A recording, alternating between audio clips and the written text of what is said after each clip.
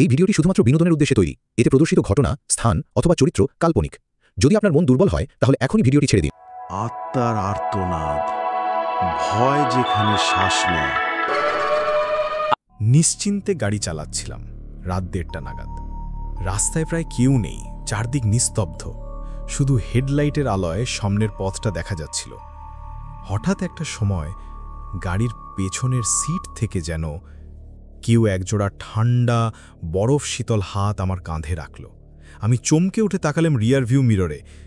কাউকে দেখা গেল না, কিন্তু সেই স্পর্শটা এখনও অনুভব করছিলাম, যেন কেউ বসে আছে ঠিক আমার পেছনে, নিঃশ্বাস ফেলছে নিঃশব্দে। আমার গা কাঁটা দিয়ে উঠল। আমি গাড়ি থামালাম, দরজা খুলে পেছনে তাকালাম, কিন্তু সেখানে ছিল শুধুই অন্ধকার। গাড়ির ভেতর কোনো মানুষ তো দূরের কথা, ধুলোর ছিটে ফোঁটাও ছিল না। তবু সেই ঠান্ডা হাতের স্পর্শ এখনও অনুভব করছি কাঁধে। প্রশ্ন হল, সেই রাতে গাড়ির পেছনের সিটে কি কেউ সত্যিই ছিল? ঠান্ডা হাতের সেই স্পর্শটা কি কোনো বাস্তব অস্তিত্বের ছিল, নাকি কল্পনা? আর যে স্পর্শ করল সে কি আগে থেকেও ছিল গাড়ির ভেতরে? আপনাদের সবাইকে স্বাগত জানাই আরেকটি নতুন এবং রহস্যময় এপিসোডে। আপনি এখন শুনছেন আত্মার আর্তনাদ, যেখানে সত্যি এবং অদ্ভুত সব ভৌতিক কাহিনীগুলি আমরা আপনাদের সামনে তুলে ধরি একেবারে বাস্তবের মতো। আপনারা যারা ইউটিউব থেকে দেখছেন, দয়া করে আমাদের চ্যানেলটি সাবস্ক্রাইব করুন। পাশে থাকা বেল আইকনটা প্রেস করতে ভুলবেন না, যাতে কোনো নতুন এপিসোড মিস না হয়। আর যারা ফেসবুক থেকে দেখছেন, আপনারা অবশ্যই ফলো করুন আমাদের ফেসবুক পেজ হরর বাংলা, যাতে সবার আগে দেখতে পান নতুন ভিডিও। আমাদের খুঁজে নিন ইনস্টাগ্রামেও হরর বাংলা নামে, জয়েন করুন হোয়াটসঅ্যাপ চ্যানেলে, আর শুনে নিন প্রতিটি এপিসোড স্পটিফাইয়ে। যেখানেই থাকুন। বছর তিনেক আগে একটা গ্রীষ্মের সন্ধ্যাবেলা আমি এবং আমার স্ত্রী স্নেহা এক বন্ধুর বিয়েতে অংশ নিতে আমাদের শহর থেকে প্রায় 150 কিলোমিটার দূরে একটা গ্রামের দিকে রওনা দিই। সেদিন বাতাস ভারী ছিল, রাস্তায় লোকজন কম, আর গাছের পাতা যেন কেমন একটা অস্থির শব্দ করছিল। গুগল ম্যাপে শর্টকাট রাস্তায় কিছুটা সময় বাঁচবে বলে আমরা মূল হাইওয়ে ছেড়ে কাঁচা রাস্তায় চলে যাই। সে রাস্তাটা ছিল একদম নির্জন, দুপাশে লম্বা বটগাছ, মাঝে মাঝে জঙ্গলের ঘন গন্ধ। সন্ধে নামতেই রাস্তায় ওপর যেন একটা অদ্ভুত ধোঁয়ার আস্তরণ। গাড়ির লাইট জ্বালালেও ঠিকঠাক দেখা যাচ্ছিল না। আমার বুক ধড়ফড় করছিল, অথচ স্নেহা যেন বেশ আনন্দেই গান শুনছিল। ঠিক তখনই গাড়ির পেছনের সিট থেকে একটা ঠান্ডা ঠান্ডা অনুভূতি আমার ঘাড়ে এসে লাগে। এমন এক স্পর্শ যেটা আমার শরীর ঠান্ডা করে দেয়। এমনটা আগে কখনো হয়নি। আমি পেছনে তাকালাম, কেউ নেই। স্নেহা হাসতে হাসতে বলল, কি হয়েছে, ভূতের গল্প ভাবছ নাকি? আমি জোর করে হাসি দিলাম, না কিছু না, মনে হয় এসি একটু বেশি ঠান্ডা। তবে সেই মুহূর্ত থেকেই আমার মনে হচ্ছিল কেউ আমাদের গাড়ির ভেতরে আছে, চুপচাপ বসে, নিঃশব্দে, ঠিক পেছনের ডান দিকে। তারপর হঠাৎ গান বন্ধ হয়ে গেল। রেডিও চালু থাকা সত্ত্বেও হঠাৎ নীরবতা। কিন্তু তখন গাড়ির মিরর দিয়ে আমি দেখতে পেলাম পেছনের সিটে একটা ছায়া বসে আছে। আমার গলা শুকিয়ে গেল। গাড়ির গতি কমিয়ে আনলাম। স্নেহা বলল, কি হয়েছে হঠাৎ? আমি কিছু বললাম না। আস্তে আস্তে গাড়ি থামালাম। নেমে এসে পেছনের দরজা খুললাম। সেখানে কেউ নেই, কিন্তু সিটটা ছিল ভেজা, আর একটা ছোট্ট ঠান্ডা হাতের ছাপ পড়েছিল সেই ভেজা অংশে। এমন এক হাত যেটা বাচ্চাদের মতো ছোট আর অস্বাভাবিকভাবে শীতল। স্নেহা নেমে এসে জিজ্ঞেস করল, ভেতরে কেউ আছে? আমি বললাম, না, কিন্তু কিন্তু কেউ যেন ছিল। ঠিক তখনই দূরে একটা শব্দ এলো, জঙ্গলের দিক থেকে একটা বাচ্চা মেয়ের কণ্ঠ, আঙ্কেল, আমার বাড়ি কোথায়? আমি চারদিকে তাকালাম, কিছুই দেখা যাচ্ছিল না। স্নেহা তো ভয়েই গাড়ির দরজা লাগিয়ে ভেতরে ঢুকে পড়ল। আমি ধীরে ধীরে পেছন ঘুরে দেখলাম ধোঁয়ার মধ্যে একটা ছায়া, একটা ছোট্ট মেয়ে, তার গায়ে সাদা ফ্রক, মাথা নিচু, চুল ভিজে, আর পায়ে জুতো নেই। সে বলল, আপনার গাড়িটা খুব ভালো, আমি আবার বসতে চাই। আমি পেছনে না তাকিয়েই গাড়িতে উঠে ইগনিশন দিলাম। গাড়ি চলতে শুরু করল। কিন্তু এবার রিয়ার ভিউ মিররে স্পষ্ট দেখা গেল পিছনের সিটে সেই মেয়েটি আবার বসে গেছে, আর তার ঠোঁটে এক নিঃশব্দ হাসি। গাড়ির ভিতরে থমথমে নীরবতা। রেডিওতে আবার কিছুই বাজছিল না। আমার পাশে বসে স্নেহা ফিসফিস করে বলল, পিছনে যে বসে আছে, তুমি কি সেটা দেখছ? আমি কোনো উত্তর দিলাম না। পেছনের আয়নায় আবার তাকালাম। হ্যাঁ, সাদা ফ্রকের সেই ছোট্ট মেয়েটি সেখানে বসে আছে, মাথা নিচু, কিন্তু এখন তার পা দোল খাচ্ছে, যেন খেলতে খেলতে এসেছে। আমি ভয় পাওয়ার চেয়ে যেন বাস্তবতা হারিয়ে ফেলেছিলাম। তার উপস্থিতি যেন ঘরের ঠান্ডা বাতাসের মতো, অদৃশ্য কিন্তু ছুঁয়ে ফেলে। হঠাৎ মেয়েটি মুখ তুলে তাকালো আয়নার দিকে। আমার দিকে নয়, ঠিক আমার চোখের দিকে। তার চোখ ছিল ভয়ানক ভাবা, যেন কালো গহ্বর, মুখে বিকৃত হাসি। তুমি আমাকে নামিয়ে দিলে কেন সেদিন রাতে? সে বলল। আমি চমকে উঠলাম। কখন? আমার কণ্ঠটা কেঁপে যাচ্ছিল। সে আবার বলল, তুমি তো তখন গাড়ি চালাচ্ছিলে রাতে সেই কাঁচা রাস্তায়, আমাকে দেখেও থামনি। আমি অনেক হাঁটতে হাঁটতে পড়ে গেছিলাম, এখন আমি আর হাঁটি না। আমার মাথার ভেতর পুরনো একটা ছবি যেন ঝলসে উঠল। একদিন রাতে, বছরখানেক আগে, আমি একাই ফিরছিলাম এক বন্ধুর বাড়ি থেকে। বৃষ্টির রাতে একটা ছোট্ট মেয়ে রাস্তার পাশে দাঁড়িয়েছিল। মনে হয়েছিল সে হয়তো পথ হারিয়েছে, কিন্তু রাস্তা নির্জন ছিল। ভয় পেয়েছিলাম, থামিনি, গাড়ি চালিয়ে চলে গিয়েছিলাম। সেই মুখ, ঠিক সেই মুখ। স্নেহা আমাকে শক্ত করে ধরে বলল, আমাদের নামতে হবে এখনই, এই গাড়ি আর নিরাপদ না। আমি হেডলাইট জ্বালিয়ে এক জায়গায় গাড়ি থামালাম, কিন্তু গাড়ি থামতেই পিছনের দরজা নিজে নিজেই খুলে গেল। কেউ নামল না, বরং ভিতরে বসে সেই মেয়েটি বলল, তোমাদের কেউ একজন থাকতে পারো, আরেকজন চলে যেতে পারো। আমি আর স্নেহা দুজনেই হতভম্ব। ঠিক তখনই স্নেহার গায়ে কিছু একটা ছুঁয়ে গেল। তার হাত একদম বরফ শীতল হয়ে গেল, ঠোঁট নীলচে।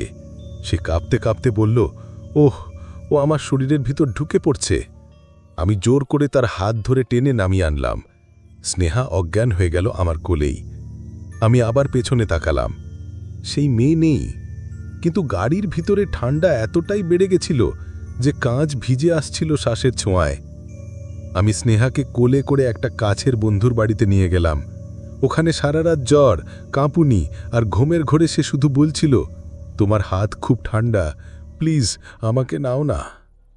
পরদিন সকালে এক বৃদ্ধ মহিলা আমাদের পাশে বসেছিলেন, ওই বন্ধুর বাড়ির পরিচারিকা। সব শুনে বললেন, এই এলাকায় এক বাচ্চা মেয়ে কয়েক বছর আগে রাস্তা পার হতে গিয়ে এক গাড়ির নিচে চাপা পড়ে, নাকি গাড়িওয়ালা না থেমেই চলে যায়। ওর আত্মা রাস্তায় গাড়ির জন্য অপেক্ষা করে, যে থামে না তার গাড়িতে চেপে বসে। আমি স্তব্ধ। তবে তিনি আরও বললেন, যদি কেউ ভয় না পায়, ভালোবাসা দেখায়, মেয়েটা চলে যায়। আমি স্নেহাকে নিয়ে গাড়ির কাছে ফিরে এলাম রাতে। গাড়ির পিছনের সিটে একটা ছোট্ট পুতুল রাখা ছিল, সাদা জামা, লাল ফিতে বাঁধা। তার হাতে একটা চিরকুট ছিল। এইবার আমি হাঁটব না, এবার তুমি পাশে থাকো। আমি পুতুলটা হাতে নিয়ে বললাম, আমার দোষ হয়েছিল, সেদিন থামা উচিত হয়নি। এখন থেমেছি, তোমার জন্য, ক্ষমা করো। তখনই হালকা বাতাস বয়ে গেল। গাড়ির ভিতরে ঠান্ডা ধীরে ধীরে উধাও হলো, আর আয়নায় দেখা গেল পিছনের সিট খালি। সেই থেকে আজ পর্যন্ত আমরা বহু জায়গায় গেছি এই গাড়ি নিয়ে, আর কখনো সেই ঠান্ডা হাত আমাদের স্পর্শ করেনি। কিন্তু গাড়ির ভিতরে এখনো এক কোনায় পড়ে আছে সেই ছোট্ট পুতুল। মাঝে মাঝে মনে হয় চুপচাপ আমাদের সঙ্গে সেও ভ্রমণ করে। ঘটনার পরে কয়েক মাস কেটে গেছে। আমরা ভাবছিলাম সব ঠিক হয়ে গেছে, কিন্তু সেটা ছিল একটা শান্তির ভ্রান্ত ছবি। আমরা তখন স্নেহার পেরেন্টসকে দেখতে পুরুলিয়ায় যাচ্ছিলাম। গাড়িটা সেই পুরনো হোন্ডা আমেজ, যার পিছনের সিটে এখনও রাখা ছোট্ট সাদা পুতুলটা। স্নেহা পুতুলটাকে একটা সাদা রুমালে মুড়ে ছোট ব্যাগে রেখেছিল। তার ধারণা, যতদিন পুতুলটা গাড়িতে থাকবে, মেয়েটার আত্মা শান্ত থাকবে। রাত 10টা নাগাদ আমরা একটা ঘন জঙ্গল ঘেরা রাস্তা দিয়ে যাচ্ছিলাম। হঠাৎই বৃষ্টির সঙ্গে দমকা হাওয়া শুরু হয়। গাড়ির হেডলাইটেও ঠিকমতো রাস্তা দেখা যাচ্ছিল না। ঠিক তখনই গাড়ির সামনে হঠাৎ একটা সাদা ফ্রকের ছায়া দৌড়ে গেল। আমি হঠাৎ ব্রেক কষলাম। গাড়ি থেমে গেল। স্নেহা বলল, তুমি কি আবার? আমি কিছু বললাম না। গাড়ির সামনে কিছুই দেখা যাচ্ছিল না। আমি ধীরে ধীরে বাইরে বেরিয়ে এলাম। গাড়ির সামনের অংশ একেবারে খালি, কিন্তু পিছনে আমি স্পষ্ট দেখতে পেলাম সেই ছায়াটা আবার পেছনের সিটে বসে আছে। ঠিক তখনই গাড়ির দরজা ভিতর থেকে বন্ধ হয়ে গেল, কোনো রকম স্পর্শ ছাড়াই। আমি দৌড়ে গাড়ির দরজায় হাত রাখতেই বুঝলাম ভিতরে তালা দেওয়া হয়ে গেছে। স্নেহা ভিতরে আছে আর তার চিৎকার কানে আসছে। ও আমাকে নিচ্ছে, ও আমাকে টেনে নিচ্ছে, রক্ত, ঠান্ডা। আমি গাড়ির কাছে তাকিয়ে দেখতে পেলাম স্নেহার চোখ সাদা হয়ে যাচ্ছে, ঠোঁট নীল, আর সে পিছনের সিটের দিকে ধীরে ধীরে হেলে পড়ছে। পুতুলটা তার কোলে ছিল, কিন্তু এখন সেটা আর তার কোলে নেই। পুতুলটা সিটে বসা, আর তার চোখ খুলে গেছে। হ্যাঁ, পুতুলটার চোখ খুলে গেছে এবং সেই চোখে ছিল মৃত আত্মার ছায়া।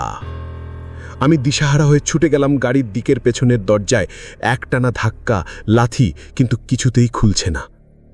ঠিক তখন পেছনের কাঁচ নিজে থেকেই নেমে এলো। ভিতর থেকে এক ঠান্ডা বাতাস আমার মুখে এসে লাগলো, আর সেই মেয়েটার কণ্ঠ, এইবার আমি নিতে এসেছি, আমার জায়গাটা তো আমি রাখিনি, এবার তোমার স্ত্রী। আমি কাঁদতে কাঁদতে বললাম, ওর কিছু করিস না প্লিজ, আমি তোর জন্য থেমেছিলাম, কথা বলেছিলাম, ওর কি দোষ? মেয়েটি হাসল, আর তখনই পুতুলটা আমার কোলে ঝাঁপিয়ে পড়ে গেল। গরম রক্তের মতো এক তরল জিনিস ছিটকে এসে আমার জামা ভিজিয়ে দিল। আমি চিৎকার করলাম, কিন্তু তারপর হঠাৎ করে সব শান্ত হয়ে গেল। গাড়ির দরজা খুলে গেল। স্নেহা নিঃশব্দে পড়ে রইল সামনের সিটে, নিঃশ্বাস চলছে, চোখ বন্ধ। আমি ওকে ধরে বসে পড়লাম, গায়ে প্রচণ্ড ঠান্ডা। আমি চারপাশে তাকালাম, আর সেই ছায়া কোথাও নেই। কিন্তু তখনই গাড়ির স্পিডোমিটারের স্ক্রিনে একটা অদ্ভুত শব্দ দেখা গেল, একটা মেসেজের মতো, ব্লিঙ্কিং টেক্সট। শেষবার তোমাকে ছাড়লাম। তারপরই সব বন্ধ, গাড়ি আবার সচল। আমি বুঝলাম এখনো সব শেষ হয়নি। মেয়েটি আবার আসবে, যখন তার মনে হবে সে আবার কাউকে চাইছে। সেই রাতের ঘটনার পর থেকে আমরা কেউ আর স্বাভাবিক থাকতে পারিনি। স্নেহা মানসিকভাবে ভেঙে পড়েছিল। ঘুমের মধ্যে হঠাৎ হঠাৎ দম বন্ধ হয়ে যেত, চোখ খুলেই চিৎকার করে উঠত, ও আবার এসেছে, ও আমার গায়ে হাত দিয়েছে। তার মুখে আতঙ্ক জমে থাকত। সে আর গাড়িতে উঠতে চাইত না। আমিও গাড়িটা গ্যারেজে বন্ধ করে রেখেছিলাম। কিন্তু শয়তান এমনভাবে ফিরে আসে যেমনটা আমরা অনুমানও করতে পারি না। হঠাৎ একদিন বিকেলে আমি বাড়ির জানালা দিয়ে দেখতে পেলাম গাড়ির দরজা খোলা। আমি স্তব্ধ। আমি যে গাড়ির দরজা তালা দিয়ে রেখেছিলাম। গিয়ে দেখি গাড়ির ভিতরে কেউ নেই, তবে পিছনের সিটে সেই সাদা পুতুলটা বসে। তার চোখ খোলে আছে, আর তার কোলে একটা নতুন কাগজ রাখা, তাতে লেখা, যারা ফেলে যায় তারা ফিরেই আসে, এবার আমি চালাবো। রাতের বেলা আমরা দুজনেই হঠাৎ বুঝতে পারলাম গ্যারেজের ভেতর থেকে গাড়ির ইঞ্জিনের আওয়াজ আসছে, কিন্তু কেউ স্টার্ট দেয়নি। আমি গ্যারেজে গিয়ে দেখতে পেলাম গাড়ির হেডলাইট জ্বলছে, স্টিয়ারিং হুইল ধীরে ধীরে নিজে নিজেই ঘুরছে, আর মিউজিকে চলতে থাকা সেই পুরনো গান, একটা শিশুকণ্ঠ গলা বুঝে গাওয়া, পথ হারাই, কেউ থামে না, আমি বসি গাড়ির কোলে। আমি ভয় পেয়ে পেছনে দৌড় দিই। ঠিক তখনই গ্যারেজের দরজা নিচের থেকেই বন্ধ হয়ে গেল। আমি ভিতরে আটকা, আর গাড়ির দরজা খুলে গেল। ভিতর থেকে সেই মেয়েটির ছায়া বেরিয়ে এলো, এবার একদম স্পষ্ট। সে ধীরে ধীরে আমার দিকে এগিয়ে এলো, গলা ভেজা কণ্ঠে বলল, তুমি আমাকে ফেলে গেছিলে, এখন পালাতে চাও? এবার আমার পালা। আমি জোরে চিৎকার করে উঠলাম। ঠিক তখনই দরজার ওপাশে স্নেহা কিছু একটা পড়ে যাওয়ার শব্দে ছুটে এলো। সে দরজা ঠেলে খুলে দিয়ে আমাকে বাইরে টেনে আনল। কিন্তু গ্যারেজ থেকে বেরিয়ে আসার সময় গাড়িটা নিজে নিজেই স্টার্ট নিল। স্টিয়ারিং হুইল ঘুরল আর সেই গাড়ি গ্যারেজের ভেতরেই ঘুরে ঘুরে নিজেকে ধাক্কা দিতে লাগলো দেয়ালে। আমি বুঝলাম এটা শুধু একটা আত্মা নয়, এটা এখন একটা অভিশপ্ত যান। আমি এক এক্সরসিস্টের খোঁজ করলাম, এক বৃদ্ধ যিনি আত্মার সংস্পর্শে থাকেন, পুরনো ধর্মগ্রন্থ নিয়ে কাজ করেন। উনি গাড়ির ভিতরে বসে বললেন, এই আত্মা আটকে গেছে, সে মুক্তি চায়, কিন্তু কোনো স্মৃতি তাকে বেঁধে রেখেছে, তাকে নিজের ইচ্ছায় যেতে দিতে হবে। আমি সেই রাতে গাড়িতে বসে গেলাম, পিছনের সিটে রাখা পুতুলটাকে কোলে নিয়ে বললাম, তুই ওই রাস্তায় যেদিন ছিলি আমি থামিনি, সেটা ভুল ছিল, কিন্তু আমি এখন এখানে আছি তোকে বিদায় জানাতে। পুতুলের চোখ থেকে দুটো জল পড়ল, আমার চোখের সামনে একটা আলোর ঝলক। গাড়ির ভিতরটা হঠাৎ করেই ঠান্ডা হয়ে গেল। তারপর সেই পুতুলটা নিজের থেকেই আমার হাত থেকে সিটে পড়ে গেল, আর একটা শ্বাসের শব্দ। এবার আমি যেতে পারি আঙ্কেল। আমার চোখ থেকে অজান্তেই জল পড়ে গেল। সেই রাতেই গাড়িটা আমরা পাহাড়ি রাস্তায় এক নির্জন ফাঁকা জায়গায় নিয়ে গিয়ে আগুনে পুড়িয়ে দিই। আগুন থেকে একটা সাদা ছায়া ধীরে ধীরে উঠে গিয়ে হাওয়ার সঙ্গে মিশে যায়।